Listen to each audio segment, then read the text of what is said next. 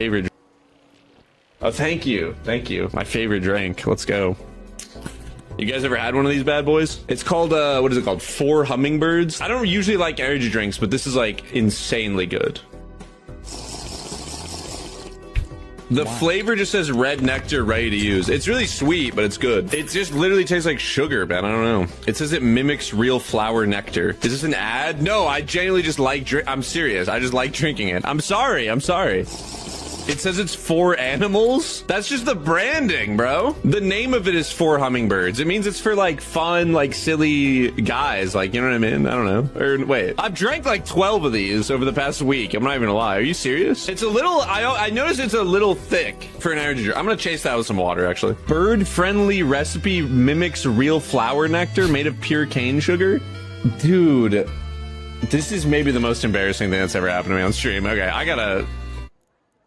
Oh, thank you. Thank you. My favorite drink. Jesus, good one.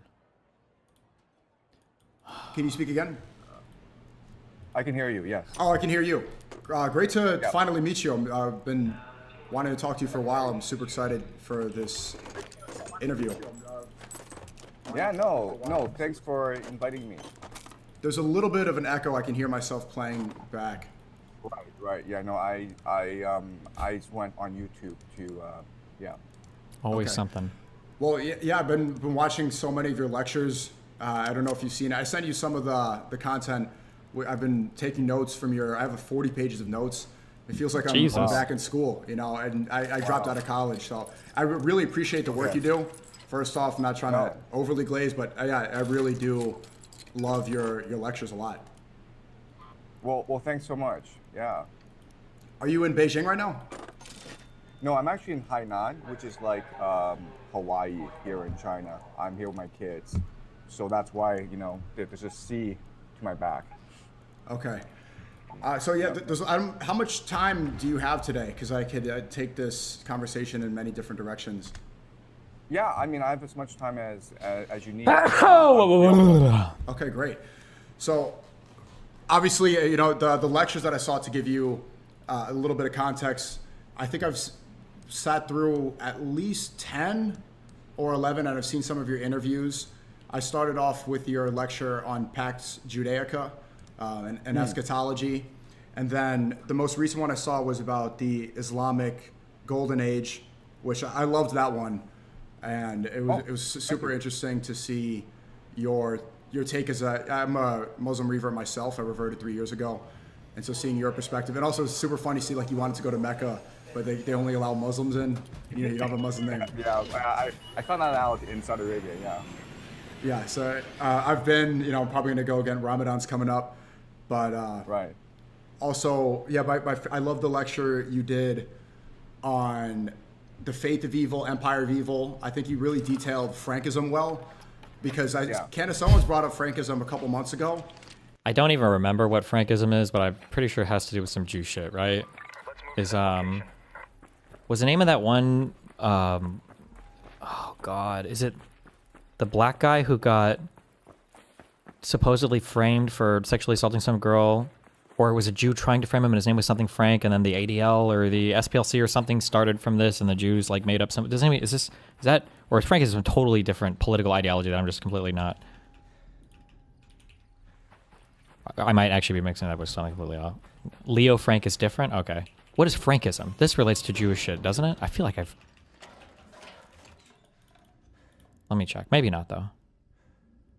Was a Sabbatian religious movement originating rabbinic Judaism of the 18th and 19th. Okay, it is. All right, paste. And I don't think that she explained it in the way that people wanted her to explain it. So there was a lot of back and forth about her, you know, her interpretation. Not to yap forever. I'm just trying to give you a little bit of context about what I know.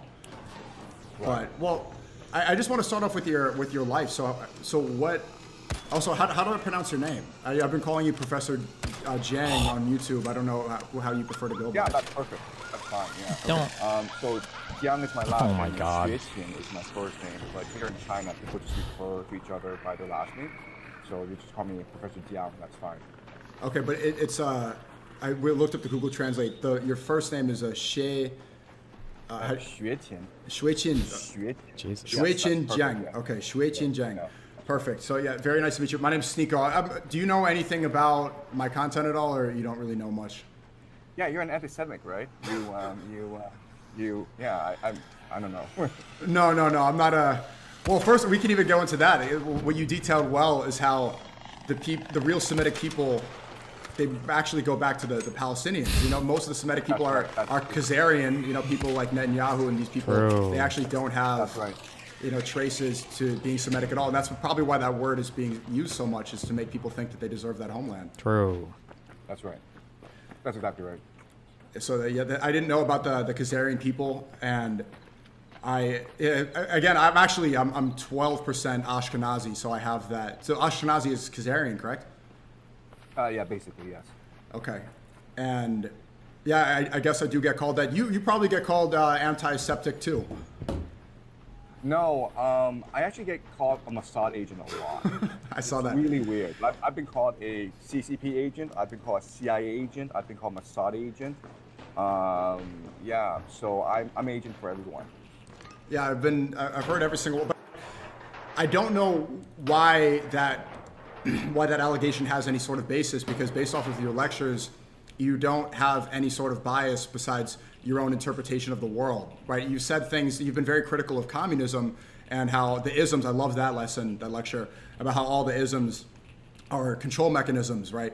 Communism was subverted by Trotsky and by Karl Marx, and Karl Marx was actually backed by transnational capitalists. So it's like, why would capitalists associate with the communists? Because, okay, well, they both serve the transnational banks.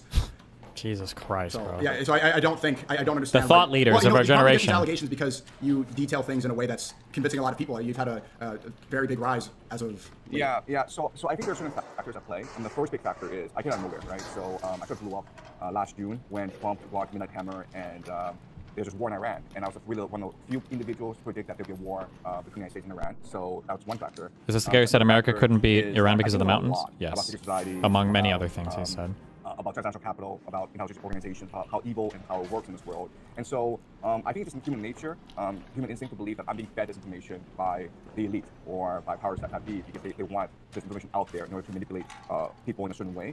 So I think that's just a natural response.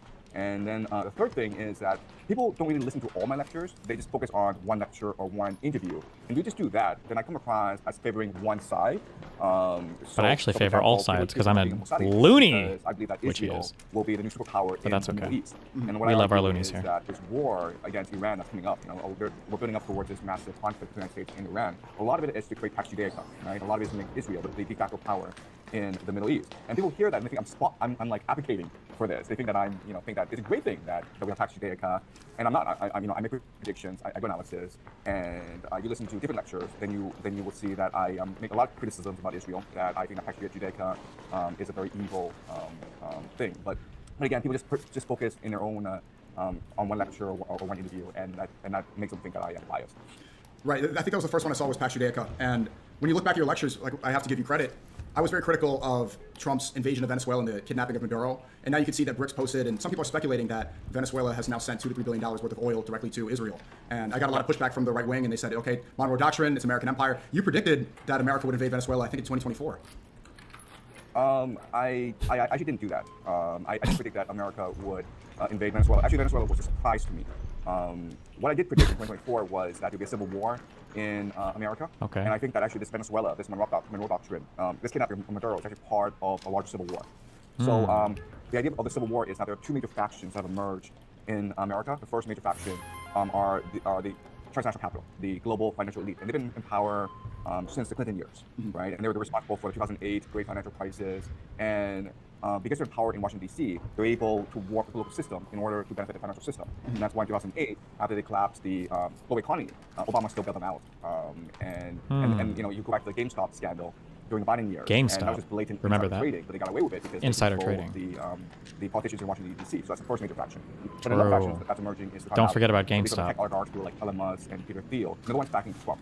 And what they want to do is they want to take the resource of the American government and invest it in AI surveillance state, right? So that's why you see all this data centers being built, because the end goal is to create a nation which everyone has digital ID, in which everything is digital currency, and then everything that you do online will be monitored and controlled by an AI system. AI, Okay? So these are the yes. two competing visions for Peter Thiel. America. But in order to build this gun state, in order to build the Pax Judaica, what they can do is destroy the old system, right? And that's why you're seeing what's happening in Venezuela, the rise of the Monroe Doctrine, the Trump corollary to the Monroe Doctrine. That's why you're seeing gold, silver, Bitcoin being artificially inflated, then crashing, right? Because then you're destroying the economy that way. That's also why you're also seeing ICE in Minnesota, because they're trying to create a Palantir police state. They're trying to provoke as much violence as possible to justify the use of Palantir. So this conflict right now in America between the old deep state and the new deep state, between the financial elite and the tech oligarchs, is I think what best explains what's happening in America and around the world today. I'm seeing a theory that nuclear energy and the investment, I see that billionaires like Peter Thiel are investing into nuclear energy so that you don't have to rely on oil as much. Do you believe that theory? Yeah, absolutely. So the problem with AI is that it consumes a lot of energy. So you need different energy sources. The problem with oil is that it's very expensive to transport around, and then it's also prone to geopolitical conflicts, right? So there's a war in the Middle East. Where are you going to get oil from, right? So not only are they looking at nuclear energy, they're also looking at geothermal energy. That's why Greenland's important, right? Because Greenland is a cold place. So you can have like... Does Greenland have a lot of geothermal energy? I thought that was Iceland, or maybe they both do. I'm pretty sure Iceland is like crazy. Like they run like all their shit off geothermal. I don't know if it's because it's a small island or because they're especially good for it, but does Greenland have a lot of geothermal energy as well? Somebody look it up and tell me the answer. Data centers in Greenland, it won't be that expensive to cool because it's already a cold climate, and there's geothermal energy, so it'll be pretty cost effective to power. Okay? Do they think it's the same place? Where can we place a data center, and where would it be efficient and cheap to power these data centers? Yeah, and you can see the arrogance from, which you often call hubris. I think that's a great definition, the arrogance of American empire. We've been the global empire, Americans, for so long that when we see Trump invade Venezuela and kidnap the president, or when he talks about taking over Greenland, Americans get super excited because they're like, yes. Greenland does not currently use geothermal energy for large-scale power, relying instead on oil and some hydro, although research indicates high geothermal potential. Iceland runs almost entirely on renewable energy, with roughly 25 to 30% of its electricity and over 90% of its heating derived directly from geothermal power. American empire, but that hubris distracts from the greater picture and what's really going on behind the scenes. Right, but there's a big issue in that the people are the ones who are financing this empire. Ooh, right? who do you think is a bigger population? I feel like Iceland must have a much larger population, but that's only because I feel like fucking nobody must live in Greenland. But then not that many people live in Iceland. Iceland population. Greenland population. Greenland has 56 to 57,000 people. Iceland has 400,000. Boom. It's these poor people who have to go to war to defend this empire. It's the middle class that's paying the taxes for the military-industrial complex, which is one of the most corrupt organizations in the world. It's the people who have to deal with these illegal immigrants that are coming into America because of the empire, right? Look, the reality is that people don't want to leave their homes. If their homes are being destroyed by climate change or by the war on terror, then they have no choice but to go to a new place. So you look at Europe, which is being overrun by refugees, right? Well, why? Because where these refugees come? They're from Afghanistan, they're from Iraq, they're from Syria, they're from Libya, which is all nations that America went and destroyed for no particular reason. Wow. So that's a cost of empire. So you think it's a great thing to have an empire, but the vast majority of people, 99% of people within the empire, are the ones who are enslaved by it, the ones exploited by it, the ones who are financing it in order to benefit a certain elite. Yeah, I want to ask you, because you said that the invasion of the Middle East by the American empire was done for no reason. The reason was 9/11, right? We saw the weapons of mass destruction, that rhetoric, and people are starting to look into 9/11 a lot more. And I also want to ask you about Epstein, but I have to cut YouTube because there's no way. I was banned on YouTube for 3 years, and God but damn. I'm going to send them over to my Kickstream, so come click there. Let's see there. Cut this. So yeah, so 9/11, people are starting to look. Yeah, into I've heard of that quite a eugenics. bit. Maybe in the future. And We'll you're see. saying that the whole invasion of the Middle East, it was done on false pretense. So I'm sure you've seen people start to question 9/11 now. What do you think is the truth behind that attack? Look, I think if you listen to the evidence, 11. okay, I'm not talking about the emotions, right? Because 9/11 was a very traumatic event for every American. But just look at the pure evidence, all right? And just look at it logically. The evidence is actually pretty overwhelming that 9/11 was an inside job, right? So let's go over some of the Overwhelming evidence that it was an inside job. Okay. Convincing evidence at third top. Okay, the most convincing evidence is you look at Building 7? World Trade Center number 7. Yes, right? I'm No coming. plane hit that thing, right? 2 planes hit the North and South Towers, but no plane hit World Trade Center number 7. Crazy. And you look at the footage, it seemed as it was a controlled demolition, meaning that Yes, the control- top true. shook and then Yep. it came all the way down. Never hit that thing, okay? And what experts say is that, well, there's a fire caused by the debris from the falling Oh my towers. God. And Have you ever seen a steel building collapse from a fire before, though? Say that line, and I'll fully come. but just look at every single building. That's never happened where a fire has brought down a skyscraper. I love the copy paste of talking points that have been debunked like 20 years ago. Yes. Right?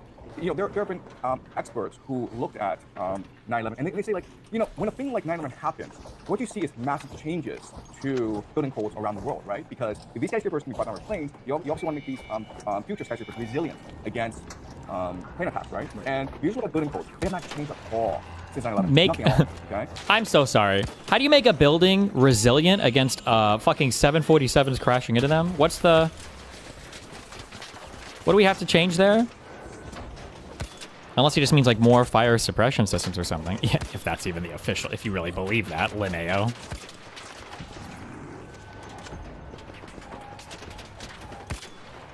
So there's this theory called the pancake theory that explains how the building codes brought down. Retard. The recommendation to build the building codes were never implemented, so that's kind of weird. So that's the first piece of evidence. World Trade Center building 7. If you've not seen the footage, go see the footage. Also, on the BBC, they announced that the World Trade Center 7 had collapsed, I think half an hour before it went down. I mean, that's kind of weird. That's talking point. On YouTube, and there are these BBC reporters who are standing like in front of World Trade Center, like she's like literally standing. And how do they know it was coming down ahead of time, and then they accidentally leaked it? And everyone's like, okay. And the anchor is like, oh yes, come down. And like half an hour later, it comes down. Okay, so wow. World Trade Center is really problematic. Also, if you look at the agencies within, like, this talking point doesn't even make sense. Like, they're using it as evidence that it was pre-planned and everybody in the media knew, or what? That they like is the conspiracy that they sent out the announcement ahead of time because they knew it was going to collapse because it's a controlled demolition? But if it was a controlled demolition, why would they have to send out a fake announcement? Wouldn't they just see it collapse? Like, what is the thinking here behind they announced it early talking point? I don't understand why you would ever even need to do these talking points, because all the retarded media people would just see it collapse in a controlled demolition. World Trade Center number 7. They are the SEC, Securities and Economic Commission. They are the Secret Service. They are the CIA. They're the Treasury Department. Okay, these are the people who are most likely. How much time is left? A minute. Oh, easy.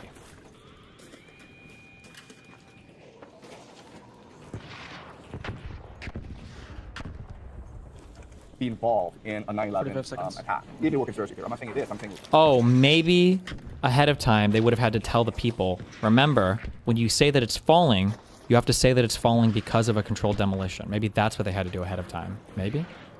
It says 30 seconds.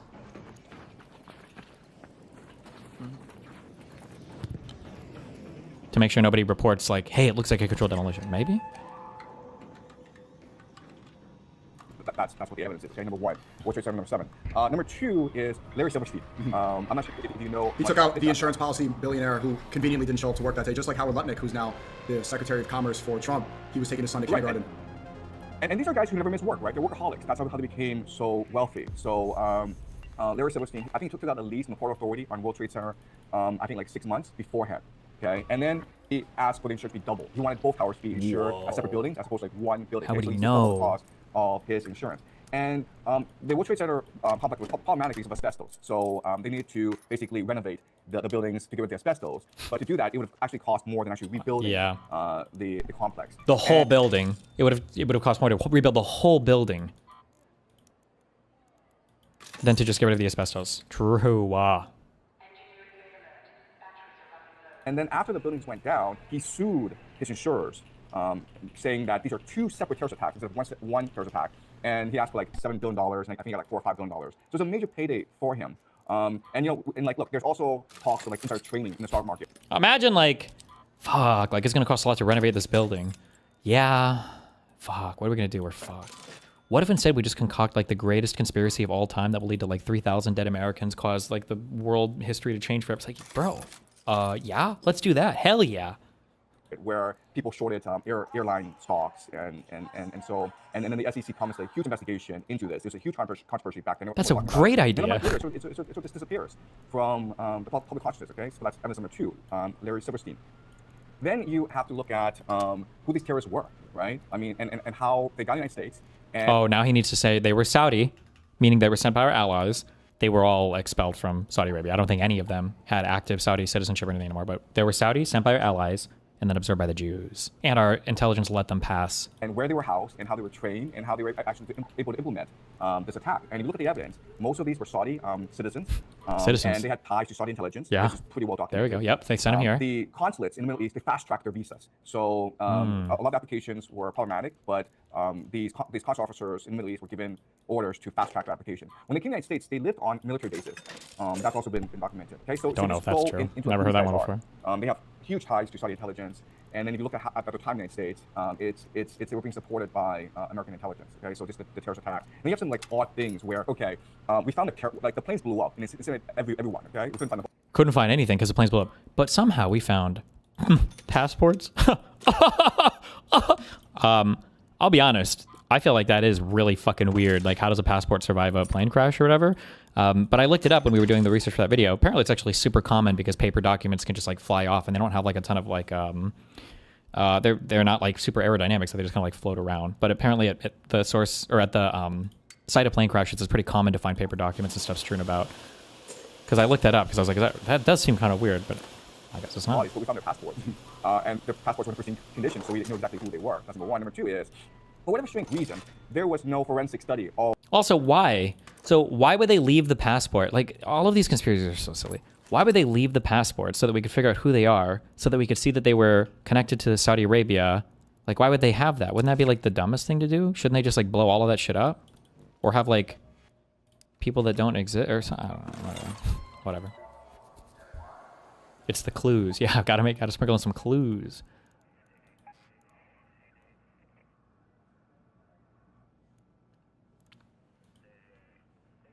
Wait, what is the launch tower loot event? What the fuck is that? I've never done it before. All I'm right, guessing we go to launch tower and it's gonna be insane loot. that sounds right to me. Of the actual attack, because when the buildings were brought down, all the steel was shipped to China, right? Right, that the entire debris was shipped to China right after that. And then the 9/11 Commission was given no funding, no authority to do any investigation. If you look at the Epstein files, there's an email where Epstein asked Ghislaine Maxwell, "Hey, you want to be on a shadow?" The Shadow Commission. I was about to bring that up. The Shadow Commission. What is the Shadow Commission? She rejected it. She said that she didn't want to join. But also, why was Ghislaine Maxwell even asked to be part of the Shadow Commission? Isn't she British? Yeah. She has what connection to? She is British. She's British. I think she's British Israeli. She's definitely a spy because her father was a spy for the KGB, for the Mossad, for MI6. Robert Maxwell. Robert Maxwell is one of the top spies out there, and he was assassinated by the Mossad because he sort of knew too much, and he was given like a state funeral, like a hero funeral in Israel for his contributions to the state of Israel. And he passed away on a boat, and apparently he was assassinated. Yeah, he apparently drowned on his yacht, but if you just look at the evidence and what people suspect, then it's most likely that Mossad had to kill him because he was basically blackmailing the city of Israel. He tried to extort them for 400 million pounds. Wait, somebody says the towers are locked. Hold on, I'm just gonna call you one second. Fuck this. All right. Listen, I'm done for tonight doing politics. This is fucking retarded. I think you have to breach them. I'm not sure. So I apologize. But this might feel like something that doesn't need to be explained. But trust me, it actually does. And that's for two reasons, actually. Number one, you actually don't understand why coal is so bad. Like, you've got pieces of it, but I promise you, unless you're like in the biz, you do not understand why coal is such a terrible way to electrify a country. Now, it was great when it was the only option, but it isn't anymore, and we've got amazing technologies now, even in the fossil fuel space, that far outpace coal's effectiveness for a bunch of different reasons. But the second reason this needs to be said is because the discoursocracy that now runs my entire country, it's very dumb, but no one talks about why it's very dumb, because the people who think that coal is dumb don't need to be convinced beyond, like, it's bad for the climate and the air. But the people who think that coal isn't dumb, the ones who think that it might be an important part of the future electricity mix of our nation, those people aren't being hit with the arguments that would actually convince them, because the people who talk to them have no interest in telling them how dumb coal is. So in this video, you're going to notice a pretty surprising lack of conversation about the climate, because everybody knows that coal is bad when it comes to putting a lot of carbon dioxide in the atmosphere that will be there for a very long time. And there's basically no way to get it out. Now, is there a way to get it out? I hope so. I hope someday that we'll figure out a cost-effective way to remove carbon dioxide from the air. Right now, we do not have that. I've been working for over a year on a video script that's about all of the different ways that we could remove carbon from the atmosphere that is already there. But much easier is keeping it from getting into the atmosphere in the first place. And not burning coal is an amazing and extremely cost-effective way to do that. So to everybody, including myself, who's sort of focused on, like, fossil fuels should not be used at all, we should be moving past them almost entirely, this video is kind of not for you. Will it reach anyone else? I don't know. But let's talk real quick about why coal is a bad way to create electricity. And we're going to start with the biggest reason, which is the combined cycle gas turbine, which you can't use with coal. So probably the picture you have of a power plant in your head is the way that a coal-fired power plant works. So there's a fire under a boiler, and that boiler then boils water, and then that water goes through a turbine, that steam. It takes up way more space than the water does before it boiled. So there's all this pressure, and then that pressure passes over this basically extraordinarily complex fan that then spins. And then on the other side, you recondense the steam, and that further sucks all that pressure down through the spinning fan, and that's what generates electricity. The spinning fan then spins a generator. That's how it works. And that's how, like, pretty much every power plant worked for a really long time. But now, most fossil fuel power plants built in the US are combined cycle gas turbines. And they have, get this, a combined cycle. What is the combined cycle? They have two different generators in them. So one thing that happens when you burn something is you get heat. Another thing that happens is you get pressure. So when you burn coal, the carbon dioxide and water and other gases that come off of that take up a lot more space than the coal does. And that actually creates pressure. And for a coal-fired power plant, that's just vented. That's what comes out of the smokestack. You do not capture the energy of the expansion of volume of the coal to a gas. You cannot do that because coal is a terrible fuel. It's got a bunch of other stuff in it, and if you tried to do it, it would totally corrode the giant, expensive, fancy fan that you would be using to capture that energy. There's all these particles, there's all this acid. It would just completely destroy it in a matter of months. But what if you could burn a fossil fuel that's ultra pure? In that case, the only thing that you get when you burn that ultra pure fuel is water vapor and carbon dioxide. And those are actually two fairly stable molecules, even at high temperatures. So what you can do when you burn a very pure fuel, like, for example, methane, this is what methane looks like. It is the simplest organic compound. And when I say organic, I mean carbon-based, not created by life, though in this case it was at one point created by life, which was bacteria breaking down organic matter, and then it was captured under rocks in the earth, and then we got it out, and then we burned it. So we burned this methane, which we also call natural gas. That's sort of like the pretty term for it. It's just natural gas, but it's methane. You burn this methane, and all you get is water vapor and carbon dioxide, and so you can capture the expansion of volume that goes from the methane, which takes up less space, to these new gases that take up way more space, and they're going to blast over this fan, and that's going to create electricity. But then also you get the heat. You still get the heat. So that exhaust is super hot. And then they run that exhaust basically through a boiler, and that again boils some water. Then that steam passes over a second fan. And actually these two fans are connected together. And because you capture energy twice, you capture both the heat and the expansion of the combustion. You capture way more of the energy of the fossil fuel. So you get more energy per unit of fuel you use. Now, there is a world where economically it would still be better to burn coal if coal were way cheaper than natural gas. But coal isn't way cheaper than natural gas, especially in America, because we are like the world's leader in the technology for how to get natural gas out of the ground. So the combined cycle gas turbine, the fact that you can just get way more energy per unit of fuel, is the number one reason why natural gas is far superior to coal as a fuel. Now also you get less carbon dioxide per unit of energy. That's important to me. You don't get no carbon dioxide though. And also very importantly, methane is a very potent greenhouse gas. Along the entire supply chain of getting methane from the ground to the power plant, there's lots of little leaks, and those little leaks release the methane, and they add substantially to the warming of the planet. So that's a way that natural gas is not good. Now we can and are working hard to get rid of methane leaks because they're bad. Like, they're a waste of methane, if nothing else. But you do generally want very badly for methane to not escape into the atmosphere, which is why you see flares. So whenever you see a flare at a chemical plant or at a landfill or at a water treatment plant, that's because there's methane being produced, and they're flaring it to turn it into carbon dioxide, because methane itself is much more potent as a greenhouse gas than carbon dioxide. But this is not the only reason, or the exact same reason, that coal cannot be used in a combined cycle plant, because there's all these emissions, there's all these like things that are not pure gases that are going through the turbine. Those things also get released into the atmosphere, or if they don't, they get captured on the way out of the power plant by scrubbers, and then that produces a great deal of very toxic industrial waste that contains mercury, it contains lead, it contains radioactive waste, it contains all kinds of terrible stuff that if you put it on your skin, you'd get cancer. And some of that stuff isn't getting captured. It's getting into the air, it's getting into our lungs, it's getting into our fish. Yeah. Like, you hear that tuna has mercury in it. Do you think that tuna naturally has mercury mercury in it? No. Yes. Tuna has mercury in it because we burned mercury-containing coal. It went into the atmosphere, got absorbed into the ocean, got absorbed by plankton, got eaten by fish, got eaten by other fish, and then got eaten by tuna. That's where the mercury in fish comes from. Coal is a bad fuel. Oh, also, by the way, I should say that this video is brought to you by EcoGeek eco-friendly cleaning products. This is a thing that I do over at good.store. In fact, let me pop open my screen recorder right now. You can see everything that we got going on, but I can also take you over to EcoGeek. We work with amazing brands like Meliora and like Sheets Laundry Club. We work with the Green Llama people. It's a bunch of good stuff that works very well, but it's also designed to not have a lot of packaging. And so instead of like going to the store and buying something that contains a bunch of water with stuff dissolved in it, we just send you the stuff that you could dissolve in water yourself. And that also means that it's super cheap and you can use your own reusable bottles, or we will sell you reusable bottles. I will say our reusable bottles, I'm looking right now, are currently sold out.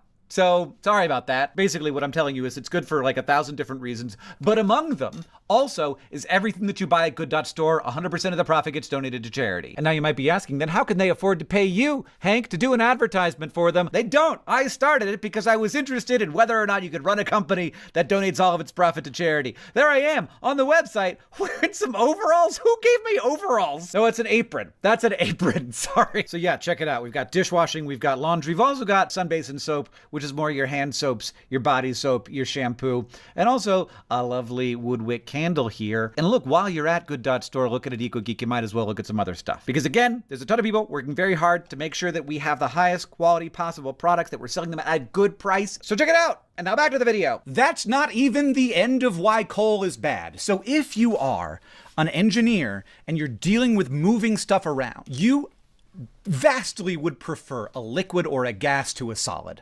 Solids suck. They create dust. That dust can be dangerous. You have to have conveyor belts. You put them in train cars. You have to move them around. You can't put them in pipes. Solids don't move through pipes. So anyone working in the fossil fuel industry already would prefer working with gases and liquids, which is why everybody prefers gas. It's just better. Now, the technology is harder. Like a combined cycle gas turbine requires a lot more engineering ability. You have to be better at being an engineer to build one than to build a coal-fired power plant. But listen to me when I say this.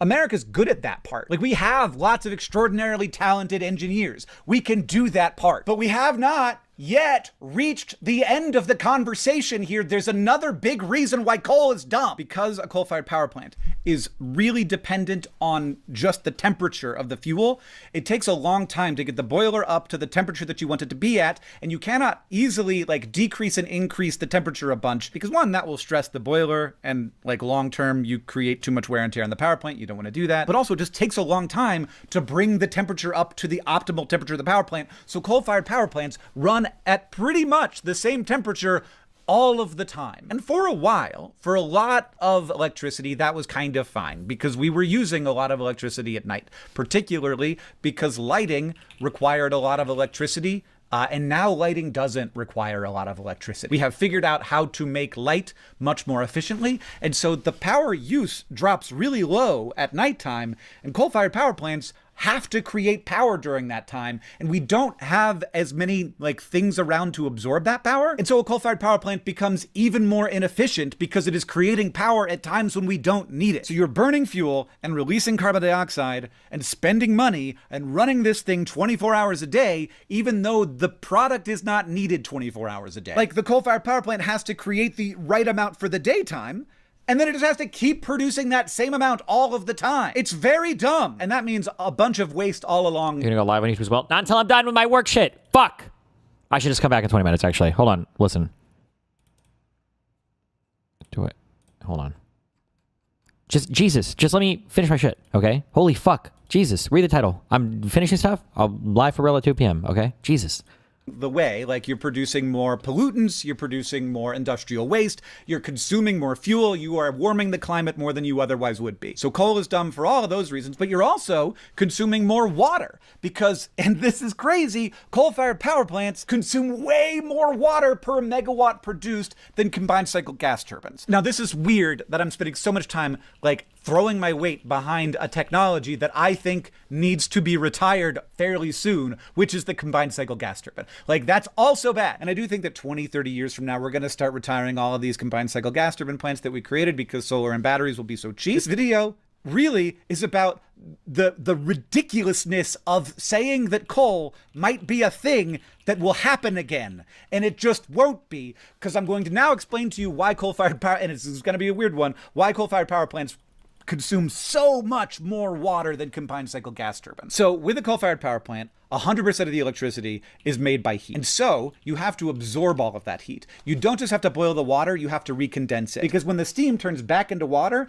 it takes up way less space. And so on one side, you are making it take up way more space, and that's pushing it through the turbine. On the other side, you're making it take up way less space, and that's sucking it through the turbine. And some people say turbine, and that's fine. I was earlier saying fan, because at least we all know what a fan is, and it's not sometimes pronounced fin. And so all of the power from the coal-fired power plant relies on you being able to recondense that steam. And what that requires is pulling a lot of water out of lakes and rivers and the ocean and evaporating it. And when it comes to the ocean, you might think this isn't that big of a deal. And kind of it isn't. Like, that water isn't going to go downstream and be maybe used in homes or in agriculture. But there are environmental concerns. When you evaporate a bunch of water to cool down steam, you end up with ultra saline water, lots of salt. If you dump that back in the ocean, that's going to create areas where not as many things can live. Fisheries don't like that. People don't like that.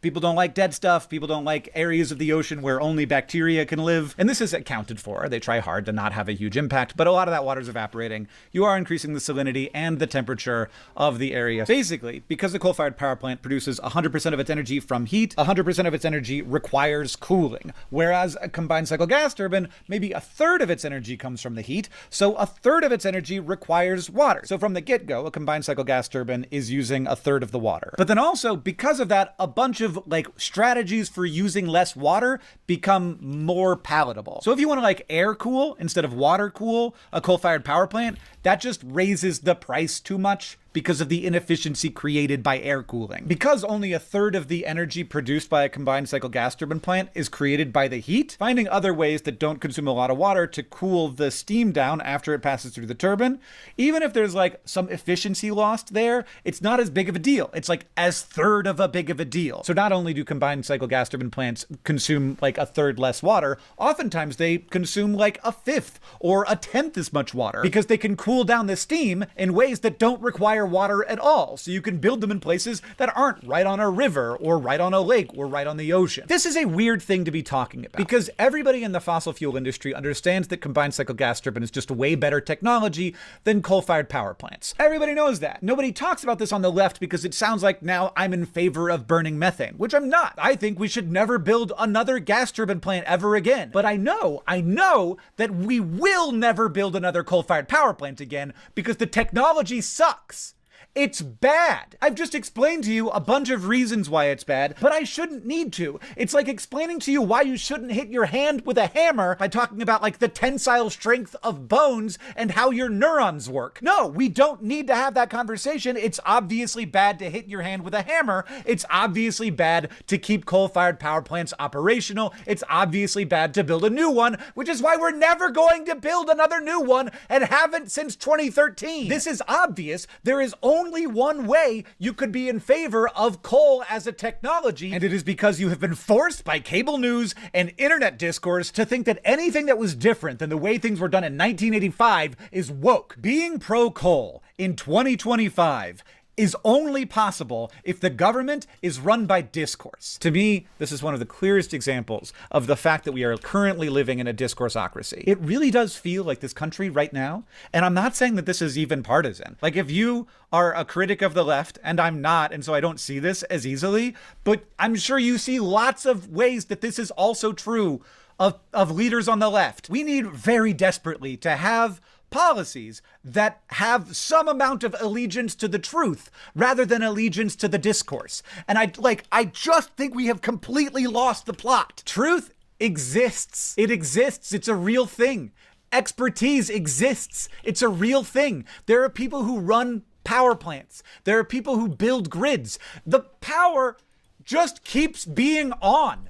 And that's amazing. And there's so much bad leadership going on that does not recognize that at all. That can imagine nothing except through the lens of zero-sum conflict, where not just every choice, but every belief has to be about hurting your enemies. And if it requires you to believe something absolutely ludicrous and completely unsupportable in order to go after your enemies, that's obviously what you should do. And the fact is, this is the thing that I have to accept, it works. And so I have to understand that it works, and I have to appreciate the salience here. I have to appreciate there is something that is landing about this for people. And so it is worth saying, coal is a dumb technology. It's dumb in the way that incandescent light bulbs were dumb technology. You just pass a bunch of current through a wire and it gets so hot that it glows. That's dumb. Now, it was a lot better than burning whale oil, which was an even dumber technology, but now we have less dumb technology. And now I'm lit by lights where I can change the color temperature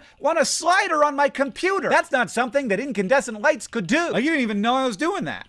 I got a light over here too. I got this boy, you can change colors with a touch of a finger. I can have it be white light, I can have it be red.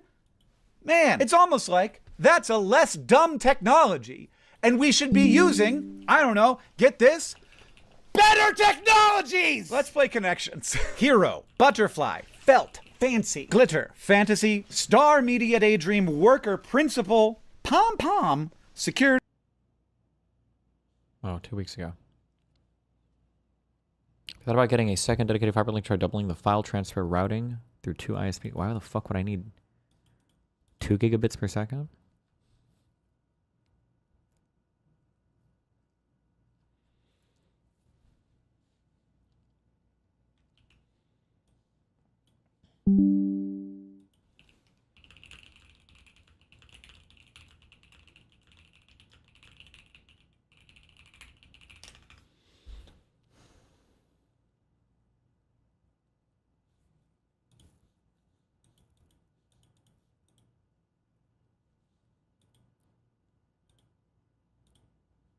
Okay, have some more of him.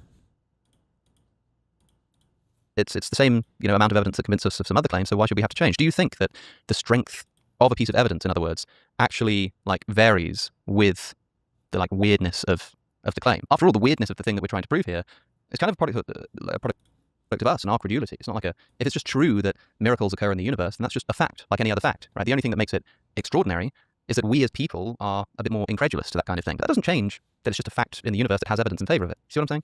I do. Sometimes, though, you do need more or stronger or better evidence to believe these seemingly extraordinary claims compared to seemingly ordinary ones, right? So, my mom might testify to me that she got her nails done or something like that. She's just making one claim. This is one person claiming something. But that seems totally sufficient evidence for me to believe that, my mom got her nails done today or whatever. But if my mom also testified that, she was at Walmart and she saw the packer of the groceries just start levitating and flying all around Walmart. I don't think I should just immediately trust her. I'd be like, okay, did you have some kind of psychedelics before going to Walmart or something? Or did you misperceive? Were there invisible strings or ropes or something like that? I would be much more hesitant in that case. So I don't know. And notice that this is just the same kind of evidence. It's just testimony from one person. We can specify the cases in such a way that the person seems equally honest in both cases, is equally trustworthy, and so on. So I think most charitably, this is just an instance of Bayes' theorem, right? So Bayes' theorem for the audience, it's just a mathematical equation that tells you how confident you should be in a hypothesis in light of certain information or evidence.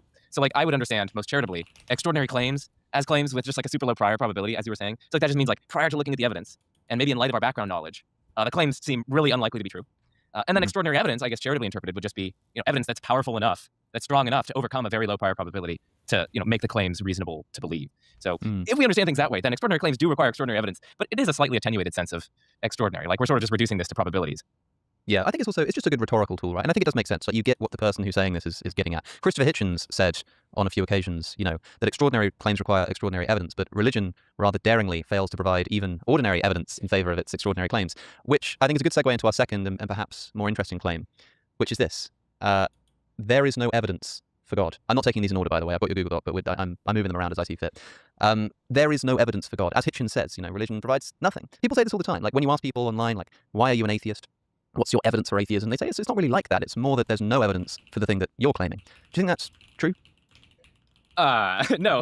So what is evidence? Evidence, at least as lots of philosophers understand it, is some piece of information that raises the probability of a hypothesis. Right? If your hypothesis gets a boost in light of certain information, then that information is evidence for the hypothesis. Can I ask a question about that definition? Because that's really helpful, right? We need to define what counts as evidence. And that seems reasonable. Okay, you said something say it again, the definition of evidence? Yeah, so in slogan form, which is fitting, evidence is probability raising. So it's just evidence is information that raises the probability of hypothesis. Okay, so but I wonder, like, is there a counterexample to this that would seem a little sort of weird? Like, I mean, if I said, you know, I've got this hypothesis that there have been alien abductions, and if there had been alien abductions, then, I don't know, maybe there would be some geopolitical influence, like the government would start focusing on that and things would start going badly elsewhere. And look, like, you know, the government is shutting down or whatever, and therefore I've got this evidence of alien abductions. In theory, you know, that evidence is kind of predicted on my hypothesis, and that evidence is, you know, forthcoming, but it would seem a little bit too loose to say that that counts as evidence for alien abductions. Why not? I mean, it's just weak evidence, right? And it's evidence that's significantly overcome by countervailing evidence, right? So I don't know. I don't really feel the intuitive pull of saying that that's no evidence whatsoever, because after all, I mean, the hypothesis is boosted by it. I mean, listen, there are kind of philosophical challenges to this. I recognize that. But I would just want to diffuse those intuitions by saying, I'm not saying it's conclusive evidence. I'm not saying it's evidence sufficient to believe the claim in question or the hypothesis in question. I'm only saying that it is at least some potentially weak evidence in favor of the hypothesis. It's at least some reason to think that the hypothesis is true. Maybe it's an overwhelmingly weak reason. Maybe it only boosts the probability of the hypothesis from 1 in a trillion to 1 in a billion. But I take that to be just some evidence. Because otherwise, you know, the hypothesis was super duper unlikely, and you just made it much more likely. You gave us some more reason to think that it's true than we previously had. I think when we start saying things like, okay, technically this is evidence, it's just really, really, really weak evidence, right? This is kind of a line of defense, actually. If someone says there's no evidence for God, it's like, no, there is evidence, it's just not very good. But surely there comes a point when the evidence is like so bad that basically, again, like rhetorically, you can just say there's no evidence. Because like, if you pressed somebody in a TikTok comment section who said there's no evidence for God, and you said, really, there's not like one fact about the world which even like marginally increases your creed, they might go, yeah, okay, but you know what I mean. What I mean is that like there isn't anything out there which should compel any reasonable person to like significantly increase their, you know, credence in the idea that God exists. Do you think that's true? Do you think that's fair? Okay, listen. I think that's a fair rendering of what many people have in mind. I mean, I suspect you underestimate the depravity of TikTok comment sections. But like I really have come across people who are like, no evidence. And you know, it's like that video, no pomegranates. And they just keep on screaming, no, I don't want to see it anywhere. So I think some people really are like that. In fact, many people. But the more reasonable people will grant that, okay, maybe there's like, you know, slight evidence or weak evidence, but like, yeah, like no sufficient evidence or no evidence to compel belief or something like that. Of course, you know, theists will disagree with this. And I think that there's like non-trivial evidence. There's like substantive evidence to make theism a live possibility to people. I certainly don't claim that, oh, goodness, wow, where to start? Well, I mean, we could talk about, you know, fine-tuning. We could talk about contingency arguments. We could talk about arguments from consciousness. It just turns out so that you're talking about the typical sort of arguments for God's existence, right? You know, count as evidence. And I think it's helpful to point out to people that in saying that, you know, fine-tuning is evidence for God, the instant response from an atheist, I think reasonably, is to say, no, like, you know, there are lots of other explanations for this. There could be a multiverse. There could be some necessary reason for the concept. And it's like, yeah, that's true. But to say that this is evidence for God is not to say that this establishes the definite existence of God. It's just to say that, you know, it gives us reason to increase, like your definition of evidence is sort of gives us reason to, you know, increase our credence in a hypothesis. But having said that, with something like fine-tuning, when we've got like a bit of a stalemate, you know, all of the constants of the universe, the strength of gravity and stuff, they're so finely balanced that it can't be down to chance. Well, one solution is that God did it. One solution is that there's a multiverse, and, you know, that means that because there are infinitely many universes, some of them are going to be finely tuned, and we're in one of those. And because you've got a stalemate here, unless you do have some conclusive evidence to show why one is better than the other, can we really count the like fine-tuning as evidence of either of these hypotheses if it can also be evidence for both of them? There's so many places I want to go here. This is amazing. Okay, so one thing to say is that some piece of information really can be, you know, like good evidence for multiple incompatible hypotheses. So like suppose we have a fair deck of cards, and we have a dealer who we know to be honest, and we know the dealer tells the truth. And there are 4 of us around the table, and we each guess the suit of the card that the dealer pulls from the top of the deck and doesn't reveal to us. So I guess that it's a heart. You guess that it's a diamond. And then our 2 other guests, who are they? You know, Joe Foley and Donald Trump or something. So Joe says that it's a spade, and Donald Trump says that it's a club. Okay, the dealer says, well, I'll tell you this. The suit is red. You know, so it's like it's a red suit.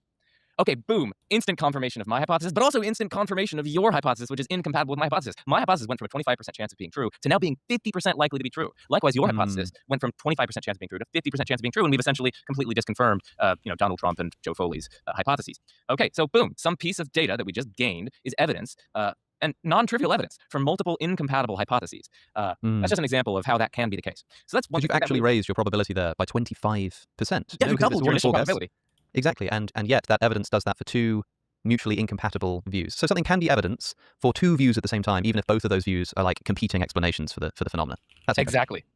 Yeah, and I mean, similar things happen with like suspects in a crime. Like if you have 2 suspects and they're like indicators for why one of them might be the actual suspect, you know, the actual promulgator of the crime, and there's some indicators that the other one is guilty. You know, that can actually be. I mean, that's going to significantly raise the likelihood that they're guilty compared to just random Joe Schmo on the internet. So that's one thing to say. A second thing to say is that, you know, theists will arguably say that, no, actually, we don't actually have a tie here, you know? Like, there are various reasons to think that God is much more plausible than a multiverse. Like, even with explaining fine-tuning, it's not actually clear that the multiverse even raises the probability of our most specific evidence here. Our most specific evidence is that our universe, this very universe, is such that its constants fall within the exceedingly narrow life-permitting range. But positing a multiverse in which each universe kind of is like a toss of, it's basically like a toss of the die, whether the constants fall within the narrow life-permitting ranges, that doesn't make it any more likely that this universe specifically would be fine-tuned. It just makes it likely that some universe or other would be fine-tuned, but it doesn't predict our specific data here. Now, of course, there are various, this is called the this universe objection to the multiverse hypothesis. There are various philosophical responses to this. I don't want to pretend that this is decisive. My broader point is just that theists do try to wield reasons for thinking that the multiverse hypothesis actually doesn't adequately explain the evidence concerning fine-tuning. And then the third thing and final thing that I wanted to say was that we should also keep in mind that we want to take a holistic approach to the evidence. So even if for any particular piece of evidence you can find some alternative hypothesis which would explain it, maybe even would explain it slightly better than theism, it may still be the case that theism offers the best, most elegant, most unifying explanation, the broad diversity of data, like fine-tuning, consciousness, the existence of moral agents, psychophysical harmony, the fact that there's a contingent universe of all, various things like that. We'll get back to the show in just a moment, but first, do you like to keep up with what's going on in the world? Me too. The problem is that in this internet age, it can be difficult to trust the sources of our information. Biased news media, in particular, is something that will never go away. But by using today's sponsor, Ground News, you can mitigate that bias by objectively comparing the way that different sources are reporting on the same story. Ground News aggregates thousands of local and international news outlets all in one place, so you can compare reporting across the political spectrum. Try it out at ground.news/AlexOC. Take a look at this story about Pope Leo urging Russia and the United States to renew their nuclear arms treaty. With Ground News, I can see that of all the sources reporting on this story, only 14% of them lean to the left. This means that if you only typically read left-leaning news, you could have just missed this story altogether. And Ground News even has a dedicated blind spot tab, which specifically seeks out stories that you would otherwise miss based on the news that you normally read. So cut through media bias and get a better understanding of what's really going on by going to ground.news/AlexOC or by scanning the QR code that's on your screen. Use my link to get 40% off their unlimited access Advantage plan. And with that said, back to the show. I've sometimes said that my favorite argument for the existence of God is the argument for God's existence from the number of arguments for God's existence. Because it's like everywhere you look, you can construct an argument from consciousness, contingency, design, an argument from beauty, an argument from physics and the reason, language, reason, all of that. So it is kind of crazy. And I think, it is rash to dismiss that evidence. But I think a lot of the time when people say there's no evidence, what they mean is there's no compelling evidence that has convinced them that God is a good explanation. But it is worth pointing out, like you say, it should be holistic in the same sense that There is a, I've talked about this before. Maybe we should read this on stream. It's short. I want to say this book was less than 100. Am I right? Is this less than 100 pages?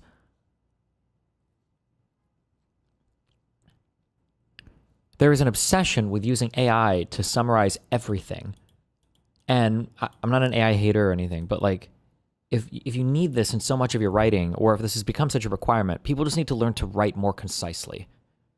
Don't pad your writing. Don't add irrelevant information. Just whatever you need for whatever you're trying to communicate at that particular point in time. And that's it. The obsession with throwing AI summaries on fucking everything is getting really irritating. It shouldn't be required. People should just improve their writing.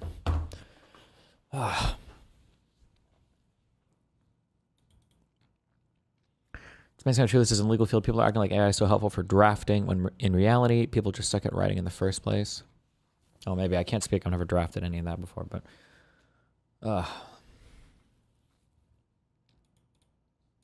if you were driving with your wife and you crashed your car and you said I think that the brakes stopped working, and I said, yeah, but it could also be that your wife is trying to kill you. You're okay, look, in this circumstance, it seems far more likely that the brakes just stopped working. That could be true.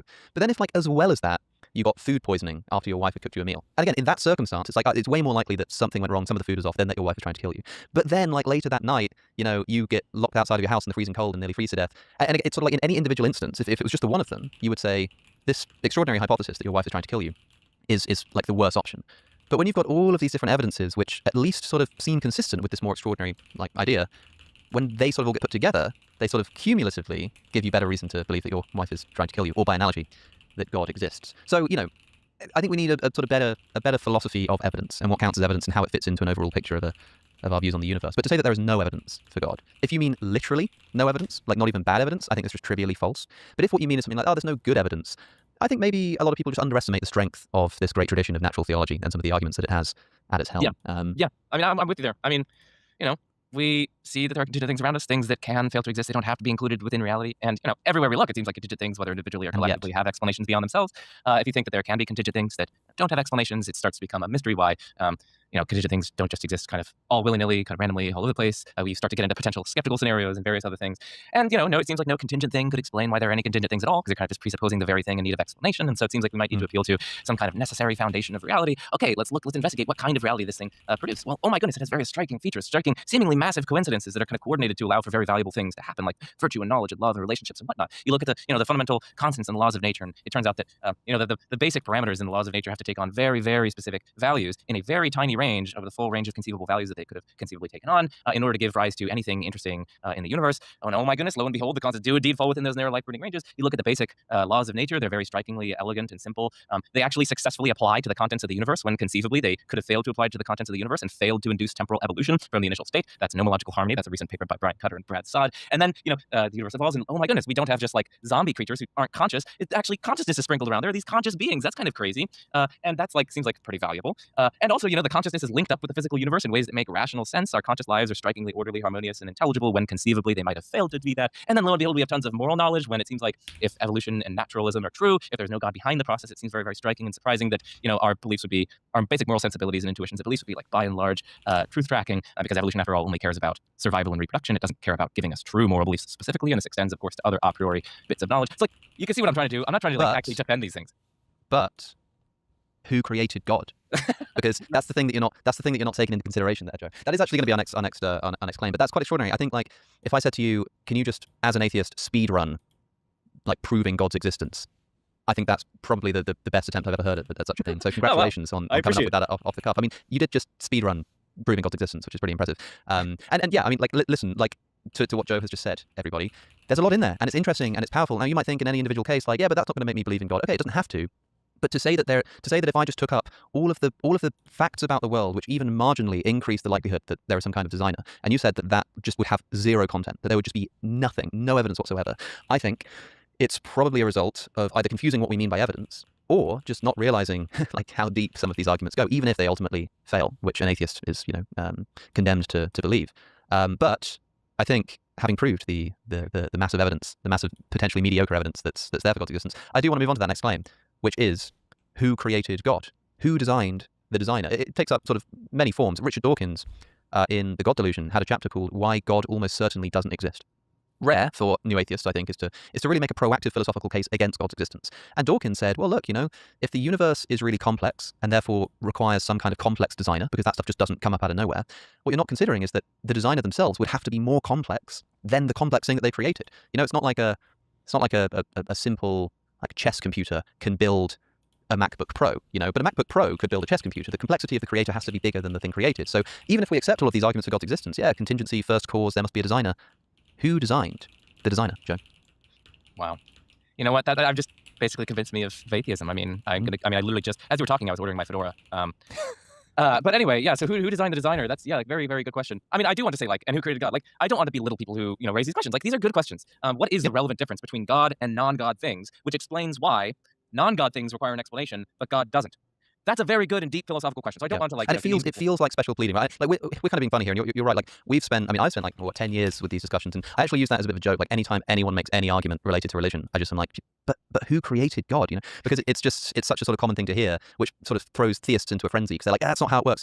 But it does feel like special pleading. It does feel like someone saying, well, you, Mr. Atheist, you need explanations for contingent objects, and you need design, but God, oh no, God doesn't need that. God doesn't need a designer. God doesn't need a beginning. God doesn't need a cause. And it does sort of feel like you're just carving out this space for a thing and having a different standard for your idea than for anybody else's. So like you said, for the theist to use God as an explanation for things like causation and design, but say that God himself is immune from causation and design, you have to show that in principle there is some kind of difference which allows us to do that with God, but not with the universe or something. And do you think there is such a difference? Yeah, so it's not like I can pinpoint any particular difference and say that I'm basically absolutely certain that this particular difference explains why God would be immune from. Would we say the rules for cellular autonoma are more complex than the patterns they make? It doesn't make sense. God has to be more complex than the universe it produces. It probably depends on what you mean by complex. These calls for explanation, but I think that there are just a sufficiently large range of reasonably plausible candidates that the theist really shouldn't be worried about this sort of question. So that's my broad take on this, and I can get into some of those candidates. So one thing is that, at least traditionally, God is conceived of as a necessary being. He exists necessarily. Mm-hmm. He could not have failed to exist. This is quite different from contingent things, things which really could fail to exist. There's nothing, as it were, about their nature which demands that they be in reality. Now, at least to a lot of people, and certainly traditionally, theists have held the following. there does seem to be some kind of relevant difference between contingent things and necessary things in terms of kind of calling out for a deeper explanation. When you think of a contingent thing, its nature is, as it were, indifferent to whether it falls on the side of existence or non-existence. I'm speaking. But what is a contingent thing, just for people listening? Yeah, so it's a thing that does not have to exist. It doesn't have to be in reality. So, Alex's dildo that he just purchased, that's a contingent thing. It didn't have to exist. It didn't need to be in reality. It can be destroyed. It was created at some point. People didn't have to create it. It didn't have to be included within the world. By contrast, consider the claim that 1 + 1 = 2. Well, that's not only true. That must be true, right? It's not like 1 + 1 could have equaled 17 or something. That's just not even possible. So it's necessarily true.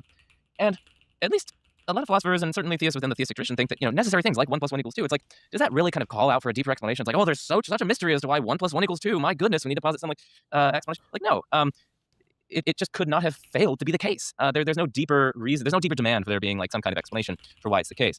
And if God is like that, as opposed to, the aforementioned dildo, then it seems like there could be a principal difference between God and the dildo and various other things.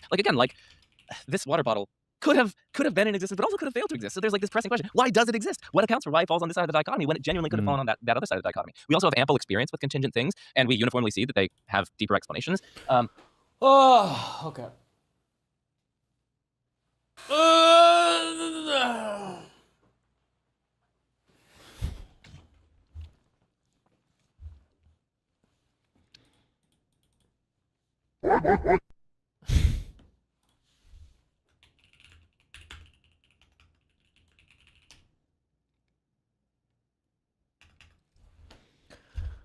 So much what you're doing. Emails and messages. So much fun. Actually, you know what? So to give you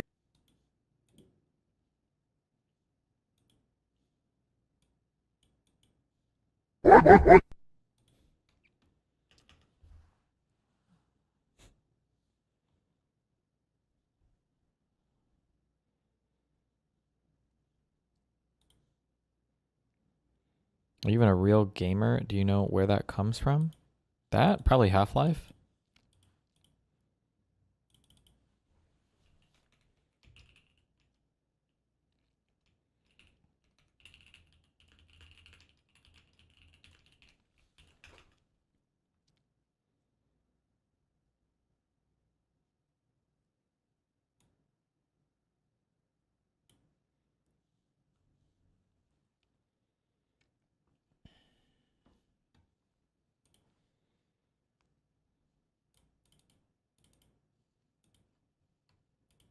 Okay.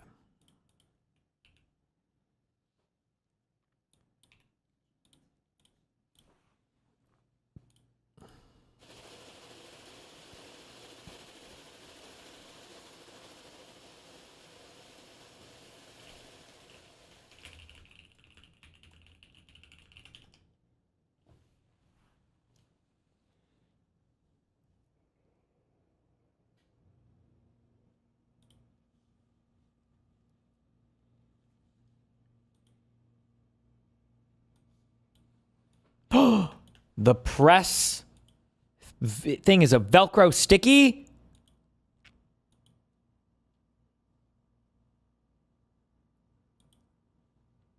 Wait.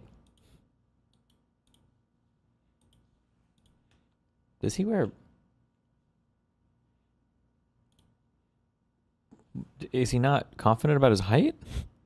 Or is this like a fashion thing?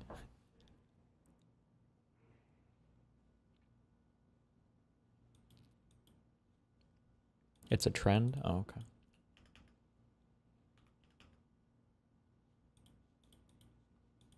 He wants to be 6'4", but he isn't.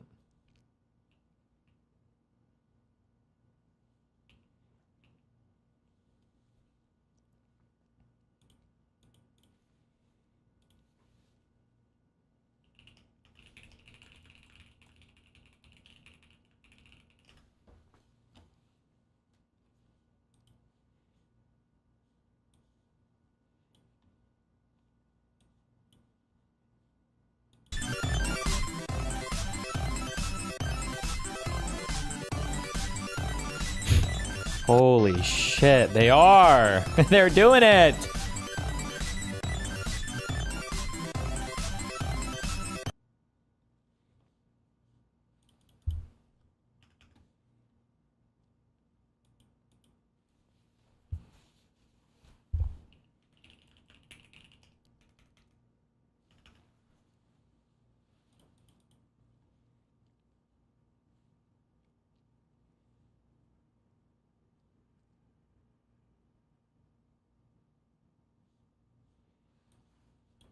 What? This guy's actually in Blue Sky?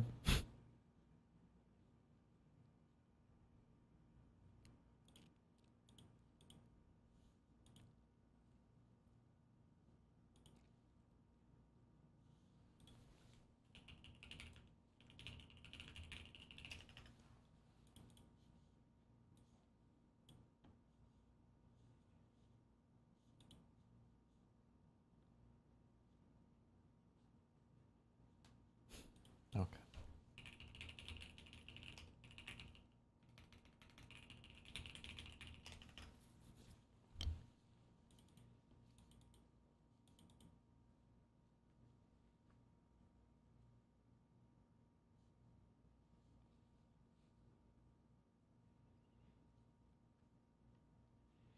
LOL.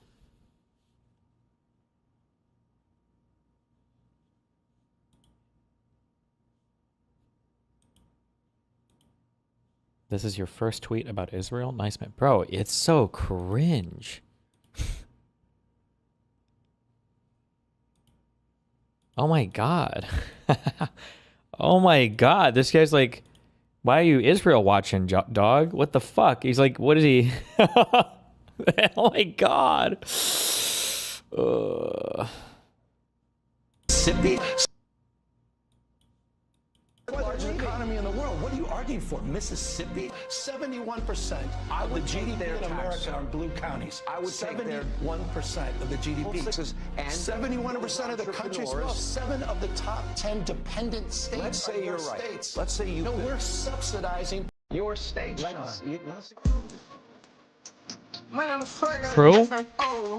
I got different O's, different modes. I got different O's, different goals.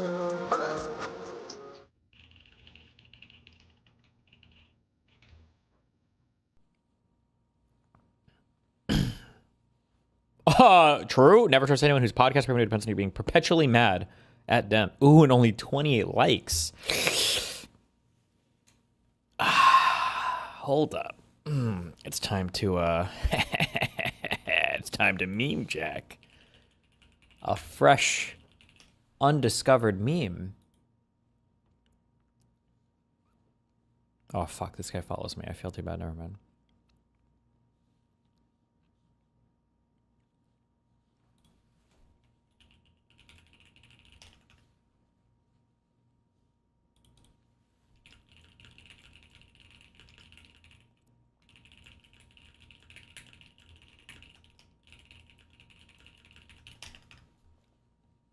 There's a politician named Michelle Fiore. She decides to incorporate a charity fundraiser to build a memorial statue for these 2 police officers killed in the line of duty. And so she raises $70,000 from donations. But instead of building the statue, she used the money to give herself plastic surgery and to pay for her daughter's wedding. After a while, people realized that this police memorial never materialized. FBI opens up an investigation into her reckless spending, finds out that she spent the money on this wedding and spent the money on the plastic surgery.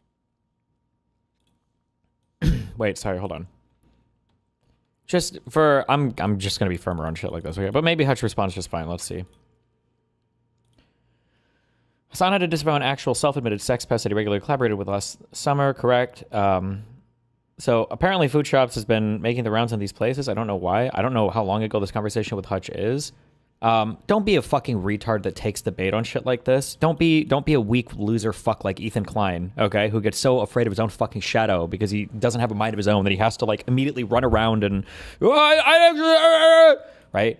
This people trying to yank your shit on like oh no, you're I think you're a pedophile because you're associated with this person because you had a conversation one time. Don't get obsessed with arguing about this. This is none of these people give a fuck about any of this. Half of these people are probably in the same fucking 12 Discord servers where they constantly share tweets with each other to try to spam like, oh, we gotta fucking virtues and all this shit, blah blah blah. This is completely not worth fighting. Also, if you bring up the Michael Jackson clip again, fuck, I might just ban all pedophilia talk. You're a pedophile. Hold on, who are you? You are a pedophile. This guy, pedophile. Stop, I don't care. This obsession with every single fucking clip of every single person and every single kid, you want to fuck kids. That is what's in your brain. Think of something else. Go watch normal porn.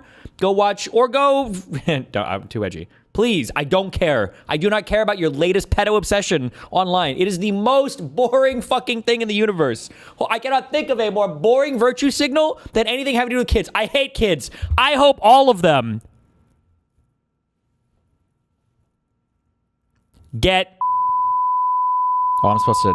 I need to move my lips when I do that. Fuck, I'm sorry. I'll figure it out next time.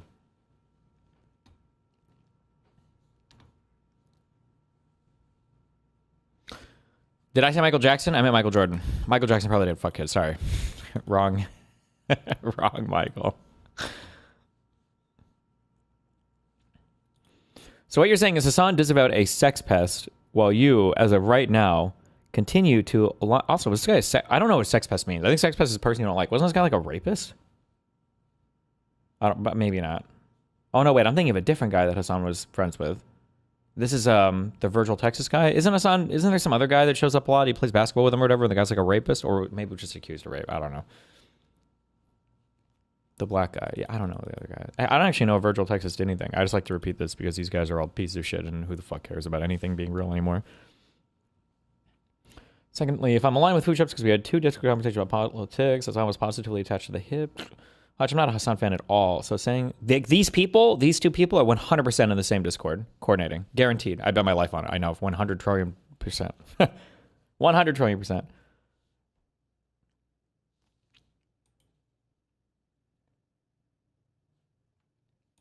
Oh, good job. Hutch, I feel like Hutch has like even if he's a whatever, I feel like he has an OP brain for this shit. I feel like he missed his calling. He shouldn't have been playing Call of Duty so much. He should have been 10 years ago. He's so good at figuring this shit out and identifying all of this. Don't play this stupid fucking game. Like, you disavowed. Like, what? No, the fuck?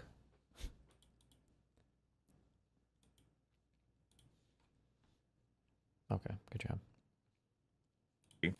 Okay, I'm back. Plastic surgery and to pay for her daughter's wedding. After a while, people realized that this police memorial never materialized. FBI opens up an investigation into her reckless spending, finds out that she spent the money on this wedding and spent the money on the plastic surgery. Federal grand jury indicts her on fraud charges, takes it to trial. Government evidence, overwhelming, slammed her at trial. She's found guilty by the jury. 2 weeks before her sentencing, she was pardoned by President Donald Trump. Ask conservatives. There's a billion of these things. I still think the funniest one is fucking Brad Bondi. Introducing Hassan's best friend, Damilar Sonoiki, who's accused of sexual assault by 34 women at Harvard in 2013. There you go. Have a thing. Scratch a liberal and a fascist bleeds. Hassan Piker hates Hillary Clinton? What? No shot. Who would have guessed? Who would have guessed?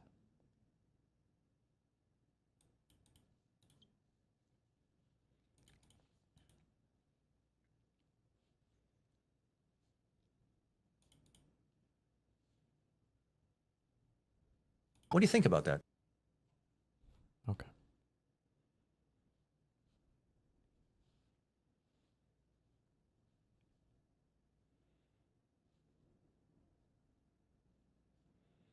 The author of this post, Catturd, is in fact mentioned in the Epstein files. Damn. Oh shit. Oh, what's up, Queeman?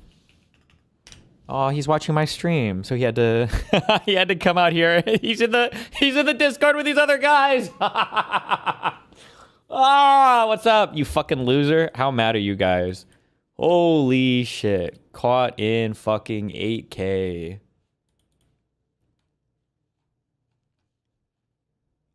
Jesus. I can go slow ahead. Come on down and chump some of this shit.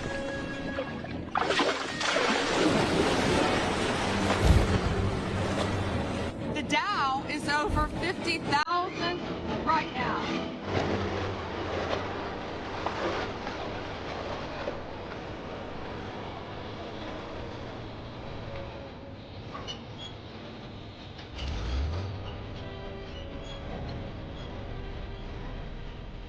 You're gonna need a bigger boat. Hot take, Jaws 1 was a dog shit movie. What a horribly stupid, boring fuck movie. It's a shark. Get out of the water. How could you be afraid of a thing that can't even fucking walk on land. Oh my God. What a boring fuck.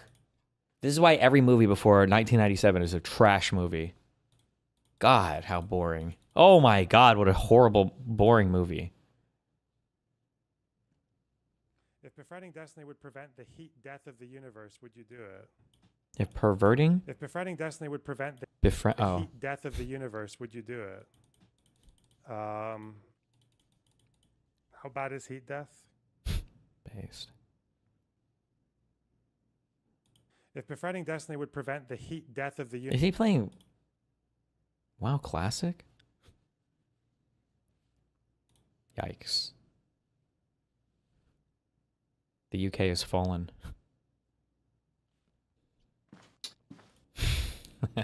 This is fucking retarded. The January 6th video has got to be here somewhere.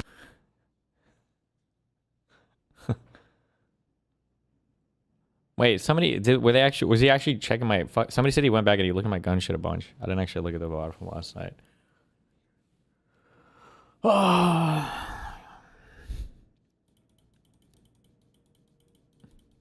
Yeah, he was like, he should have been like, damn, I'm lucky to be alive right now. This operator. I'm just kidding. Leftists aren't going to support that. By the way, just a heads up, I do consider swatting attempted murder. So if I find out who did it, I have absolutely beep, beep, beep. There we go.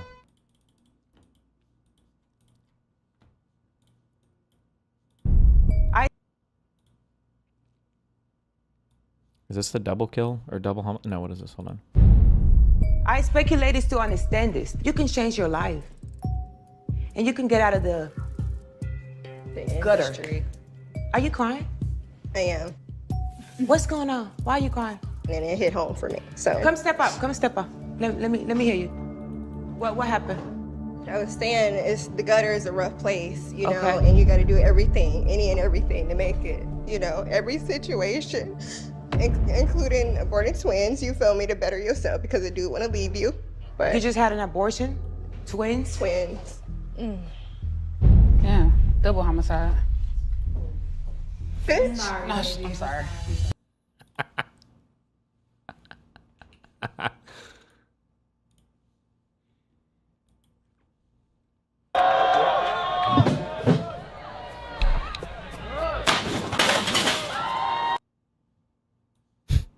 Why?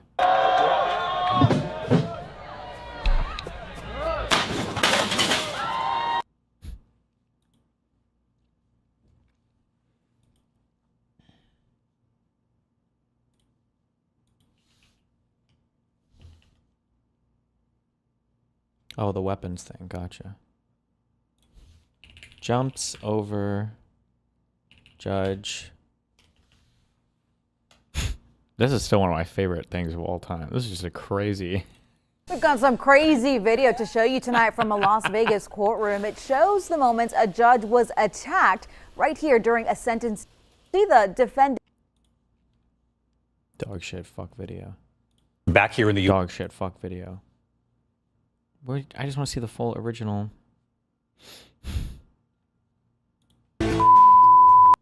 Formatted for phone dog shit video. Back here in the U.S. and the heroin's him. This is the moment a defendant.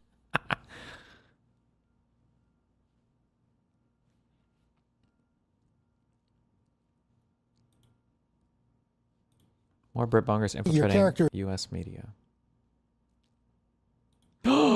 Wait, no, not the guy from, not the doctor who keeps getting his scrubs dirty. No, that's a good old Midwestern boy.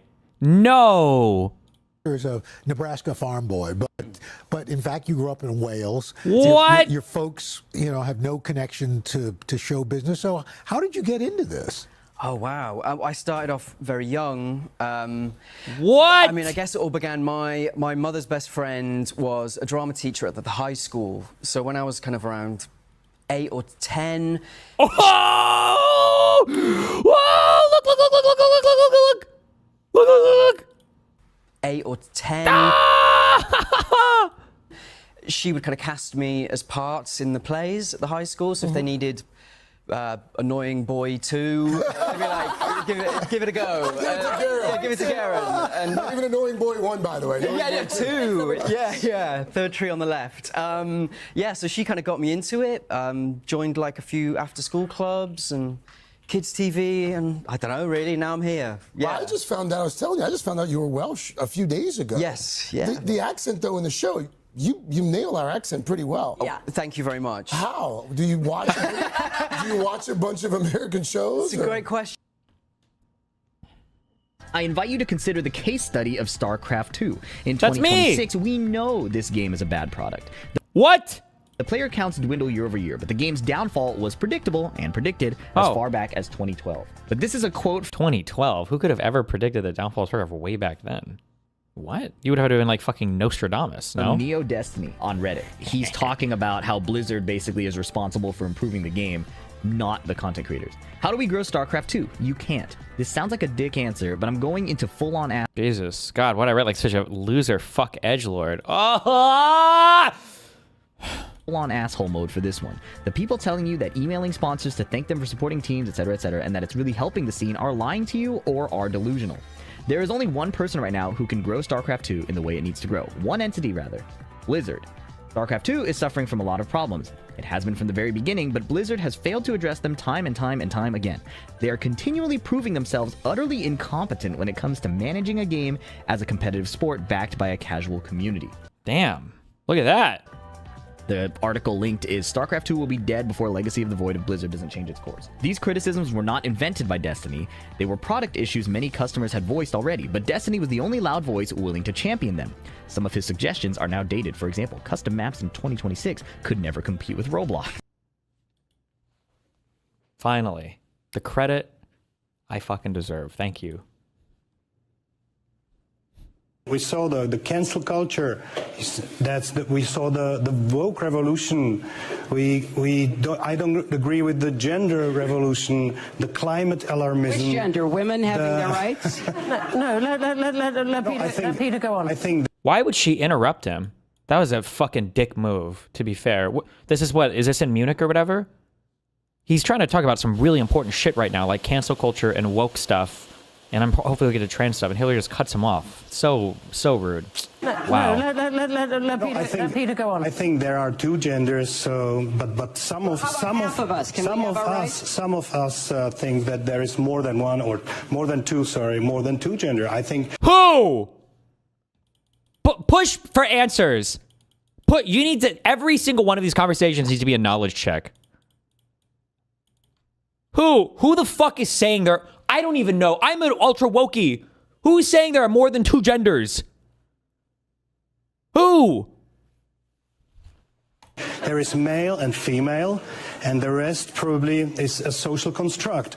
So this is something that went too far. But does that justify selling out the people of Ukraine who are on the front lines dying to save their freedom and their two genders? If that's what you're worried about? Can I please finish my points? I'm sorry that it makes you nervous. I'm really sorry for that. Makes you nervous? Motherfucker, you are stumbling up here off of... This guy's getting high off of 2016 Twitter talking points.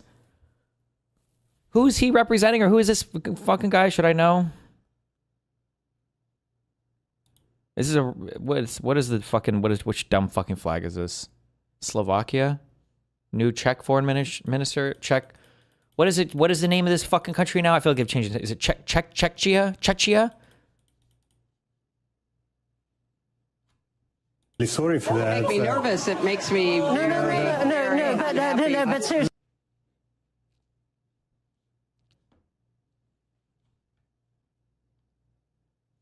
Like in a reasonable environment. Shut up!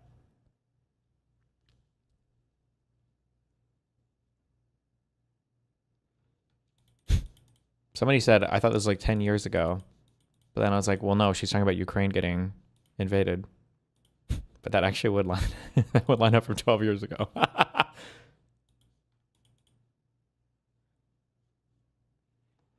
Watch the video and look at the cop miring your guns.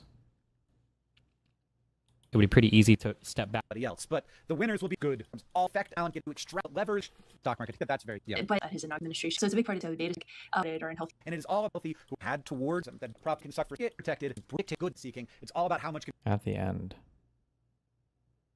a bunch of people to do the work. Then you know that costs money, and as people's salaries go up, you know the people. So current data center. Yeah. It's a big safe and epic troll. Wait, I died in this run. What did I have with me? Crazy explanations for like, well, how could this possibly? Who killed me? Press the dictator. Straight loyalty to Donald Trump. And they killed me right after I got up to. Oh no, wait, I tapped out. What the economy is. Like, there's been a big push in the. This is a better video. Administration. There's a stabilizing force. Maybe the. Was he looking for somebody hiding in the closet? Making here that there's actually, or like the biggest companies in the economy. The economy is very clear, but the part where maybe the economy is benefiting, or like the biggest companies financing, they have made it clear that because. Like they have made it clear that they will bend the knee, and that Trump will reward them for that. I mean, I think some of them are struggling. So the Trump administration. It's a nice shotgun. My Benelli M4. It is a nice shotgun. I'm like anchored to it right now, and so every time like something comes along, I'm like, does this explain? My damn, I came back in 12 seconds. Easy.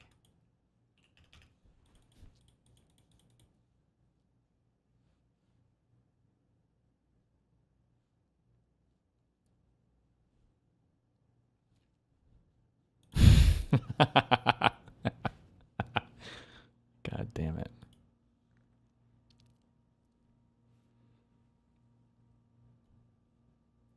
But the question I keep.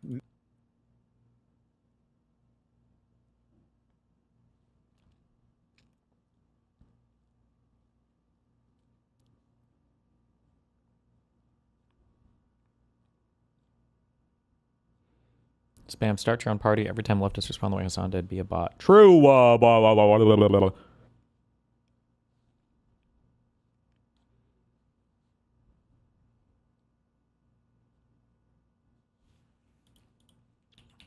I just didn't want to get triggered this early, but somebody linked this and the comment makes it look like I'm going to get triggered. I think Trump is honest. Do you think Trump is honest? There was an article in the Wall Street. Yes, in some ways, no. There was an article in the Wall Street Journal. What kind of an answer is that? In some ways, yes, and in some ways, no. Honey, have you been lying to me? Well, honey, in some ways, yes, and in some ways, no. What the fuck kind of answer is that? Where would you accept that answer in any other part of your life? Journal just a couple of days ago, describing the fishy investments from Abu Dhabi into the Trump family. Our reporter, David Kirkpatrick, who's extremely conservative in his calculations about how he's assessing this, has said that the Trump family has enriched itself to the tune of $4 billion since taking office again in 2024. Does this concern you at all? Of course. I mean, I've been calling this out, I think, before pretty much anybody else. I mean, early on in the Trump administration, when World Liberty Financial was pretty clearly making a fair bit of money over in the Middle East, I raised red flags on my show consistently about how I thought this was wrong if the name were Biden. I can't do this. I don't even know. You don't even know why I'm mad. I don't even care about the hypocrisy. It's just because of Qatar. He doesn't like that he's making money from Qatar. Because he's fucking Jewish. That's why he's mad.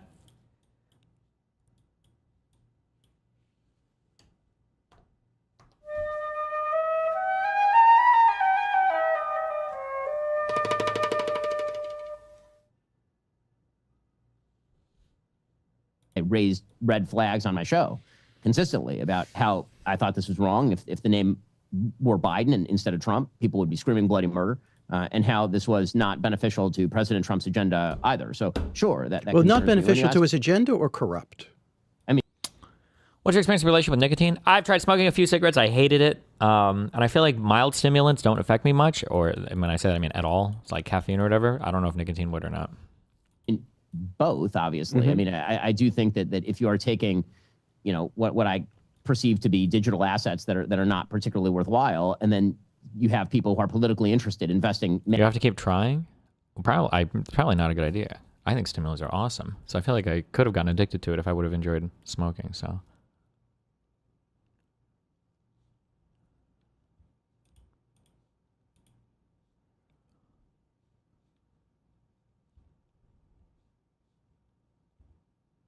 Can you check my dono chat? You know what, bro? Let me. Can we watch this? Why does every leftist lose on where do morals come from question? Papa guy did kind of bad here. Oh.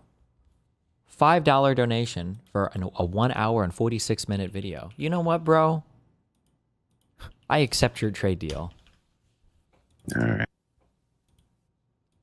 I'll go ahead and throw it up in the background, you know?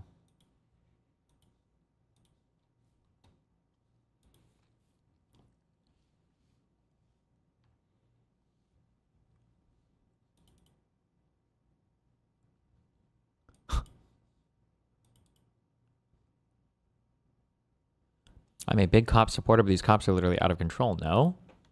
Get back! Come here. Stop! Get back! What's up, man? Good, how you doing? How you doing? Don't put me in cuffs this time, man. No, you're good, man. Please get her out of my yard, please. I'm gonna tell you what the problem is. All right, you can walk. Is this your house? No, my house. No. Then go to your house. Go to my house. If caffeine doesn't affect you, why do you drink Red Bull? Strong flavor, cold drink, easy to sip on, long periods of time. I feel like I've said this 30 times. I feel like I could just have chat repeat the answer. Go to your house or I'll take you to jail. I got her, man. Stop. And she kept calling my kids. I'm gonna get out tomorrow. Come on, go over there, man. What's your name? Hey, come here. What's my name? Just gonna show you I work for the sheriff's office in Lakes County. Come here. Good luck. Come here. You better come here right now. I'm not doing. Come here. Come here. Shut up. Okay, I'm bored. Michael Jordan, secret pedo. 3.1 thousand comments.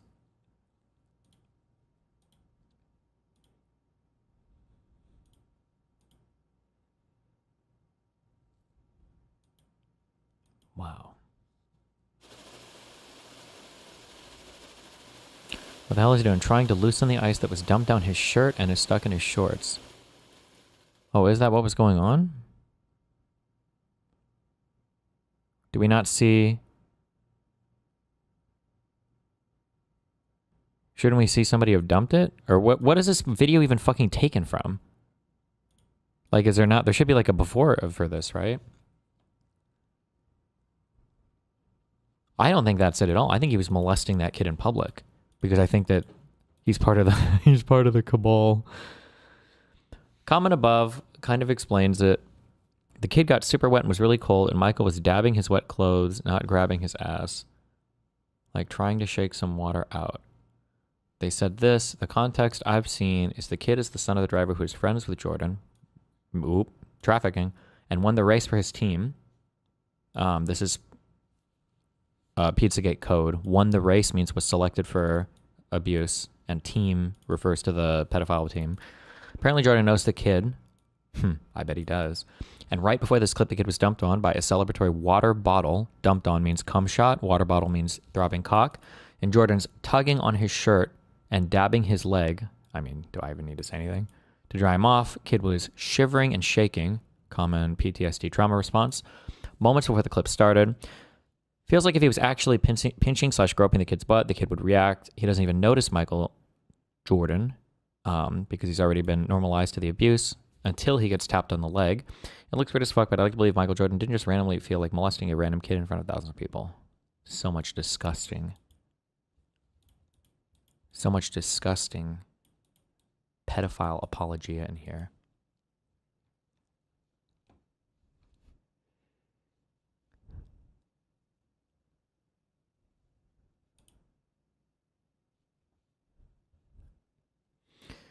XQC slop. Guess Michael Jordan's age? He's got to be like fucking 59. 62, okay. He was in Space Jam, guys, okay. Deadlock. Well, that's probably his fault then, right? He was up all night playing Deadlock. Get Well, that's probably his fault, then, right? Because he knew he had a tournament the next day. Wait, doesn't this... I was going to say, doesn't this happen at XQC all the time, but I guess that's attending live events. Does he miss online events too, Based? He's not going to do it again, he says, which is kind of sad. Why not? Oh, because of me? Because he said people weren't showing up. They had a week to prepare. They didn't show up on time. Can I be honest with you? My phone fell into a void. Like, I put my phone next to me, and it generally fell into a fucking void. Like, on God. Like, like, I have a crack next to my bed, and it went down there, all the way down. Like, it is what it is. I mean, what can you do? Did you know there was a tournament today, or did you just? Of course I knew. Of course I knew. I mean, you could ask Aiko. I had an alarm for it. She was ready for it. Like, I just fucking, I got fucked. I apologize to him. You took a shower though before it. Wait, is Greek creeping his way back onto streams again? Yeah, we gotta get a schedule going though, right? Yeah, is it true I had an alarm and everything? Yeah. All right. At 2:38 p.m. Yeah. No. Ice gets hate, but he's really genuinely entertaining.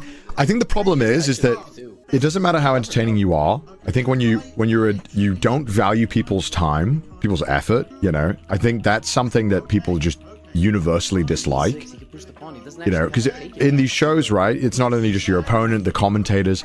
There's like 20 people working the event. And it doesn't matter how famous you are, you know.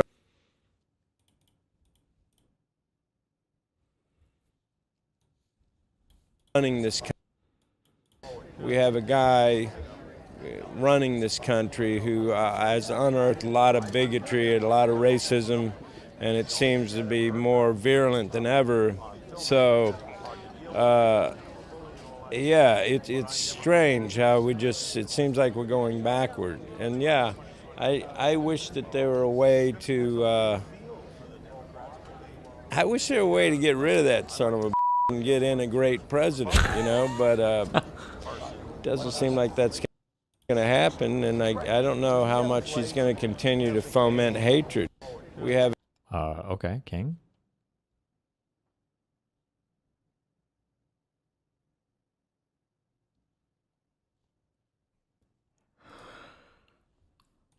I saw that. Yep.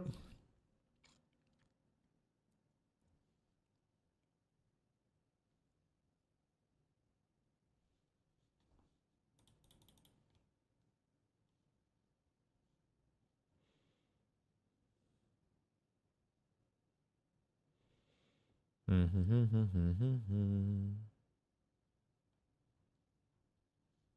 good. Rape review on this call-out poster getting call-out posted. Google Doc on butthole folk for being a gooner and a pedophile. Another one!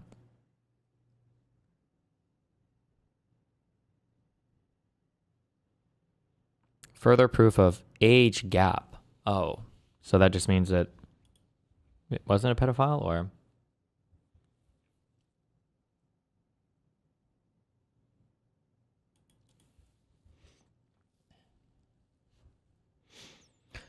The following is not meant to defend chumblings, but rather to prevent a groomer from gaining respect. A groomer from gaining respect from this platform for her call out on chumling. Oh, a woman groomer. Uh-oh.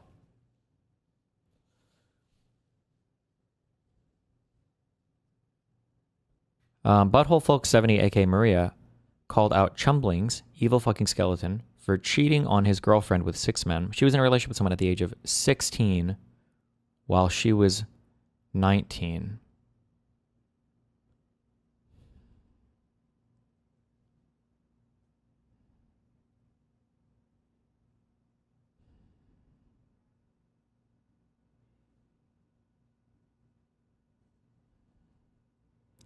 That relationship ended with the anonymous person being 17 and Maria being 20. The following document contains evidence of her being a creep. This first step proves that the Discord account shown in the following image is in fact Butthole Folk 70. Please refer to other tabs for evidence of grooming.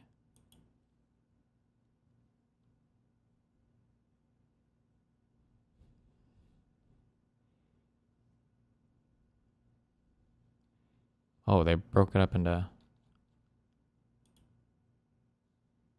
me to your come.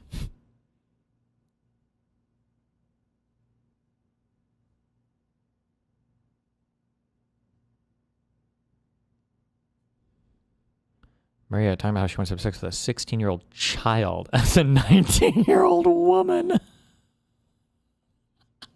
I'm sorry. I'm so sorry.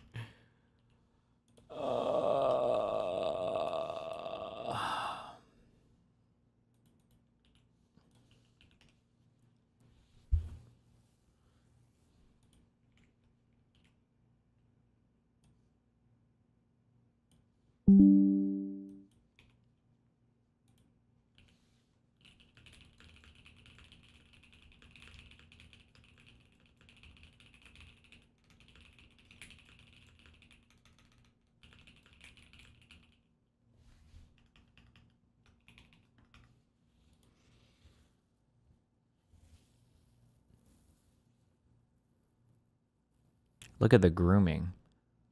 You can fold me, haha.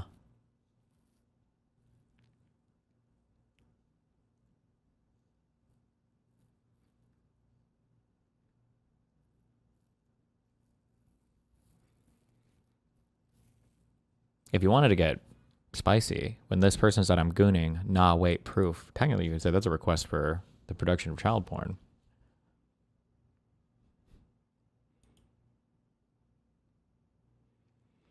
We discovered she was a moderator for a gay porn Discord server. What the fuck? What is happening here? Second year college and 11th grade isn't weird to you? Okay. This is a losing battle and I don't give a fuck, but it's whatever the fuck. I've said this before. I'm going to say this one more time. The reason why small age gaps, or the reason why age gaps at all in young people used to be very, very fucking weird is because there's not any world where you guys should ever really be interacting, right? So if you take like a 30-year-old and a 15-year-old, all right, in order for that 30-year-old to befriend the 15-year-old and fuck them, there has to be like a lot of weird shit going on for this to happen. You just shouldn't really be sharing the same spaces. Nowadays, when everybody gets thrown into Discord servers and everybody gets thrown into team chats and group chats and communities and guilds and whatever the fuck else, when you have like all of these girls and boys, men and women, men and girls, or women and boys interacting, it's not good, but you're going to get shit like this will start to pop up. When you say an 11th grade person and a college person interacting, that is weird because typically speaking, anytime you had college guys that were going to hit on high school girls, it's like, what the fuck are you guys doing? Go hit on your own girls, okay? We can't compete with you. You guys have cars. Get the fuck out of here. It's some bullshit. But online, you're a lot more equivalent to like a 15, 16, 17, 18, 19, 20, whatever. Like all of these people will blend together a lot more than in real life. It's like, oh, that's a junior in college, and oh, that's a junior in high school, right? The difference in real life in these settings or environments are stark, but in they're stark, but online they're a lot harder to see. Destiny, they can meet at a bar, no? In America, no.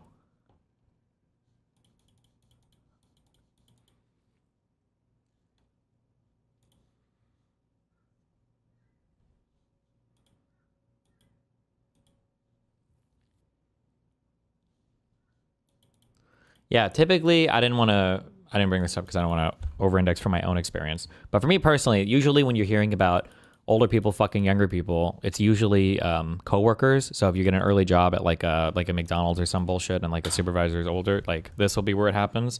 Or creepy college guys who are hunting college girls or high school girls if they would try to sneak into parties or some shit even though they weren't 21.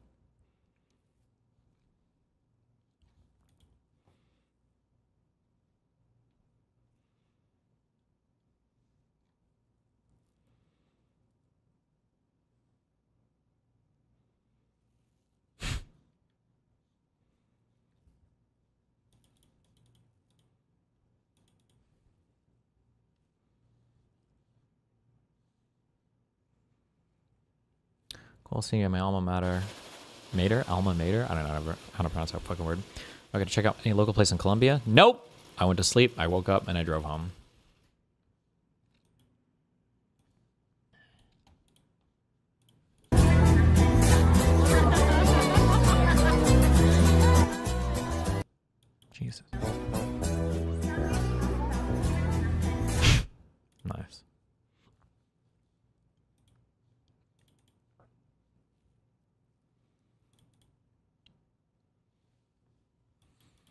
Any news on court stuff? I don't know. Maybe we're all just gonna maybe we're just gonna go to trial. I guess. I have no. I don't know. I don't know. I have nothing. I don't know what secret news I could possibly have. I don't. We're just waiting for. Wait.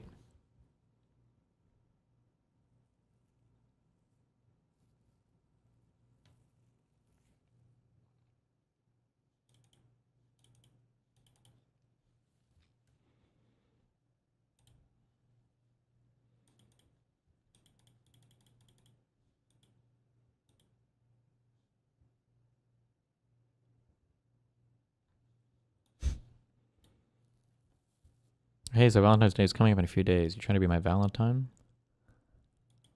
Absolutely.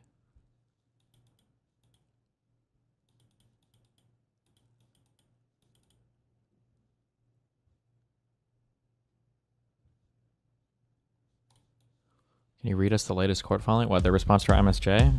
If you want. I just feel like it's all shit we've been over before, though. Hold on. 1 second.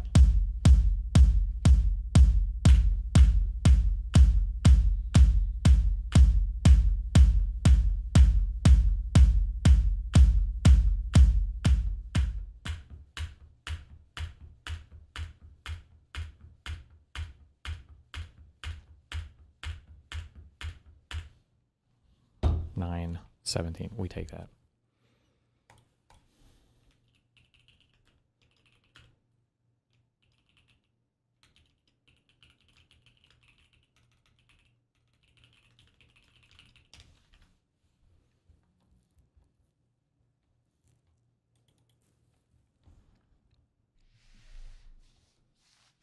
You niggas on top of the shit, anything I pulled up on my stream, as far as the notepad shit goes, I'm not embarrassed or nothing. It's called being stolen from and robbed. So it's called jotting down and documenting. So best believe that. So I don't give two fucks about that either. So if you come in here talking about it, you're banned immediately.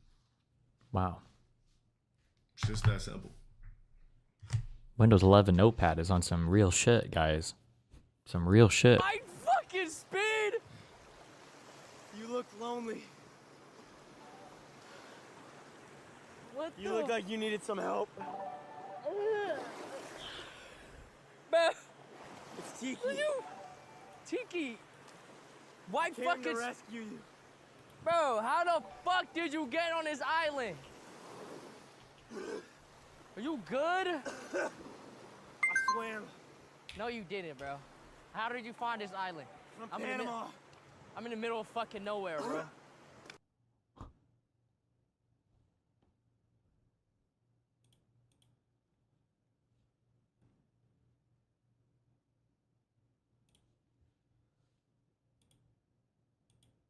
Oh shit. True.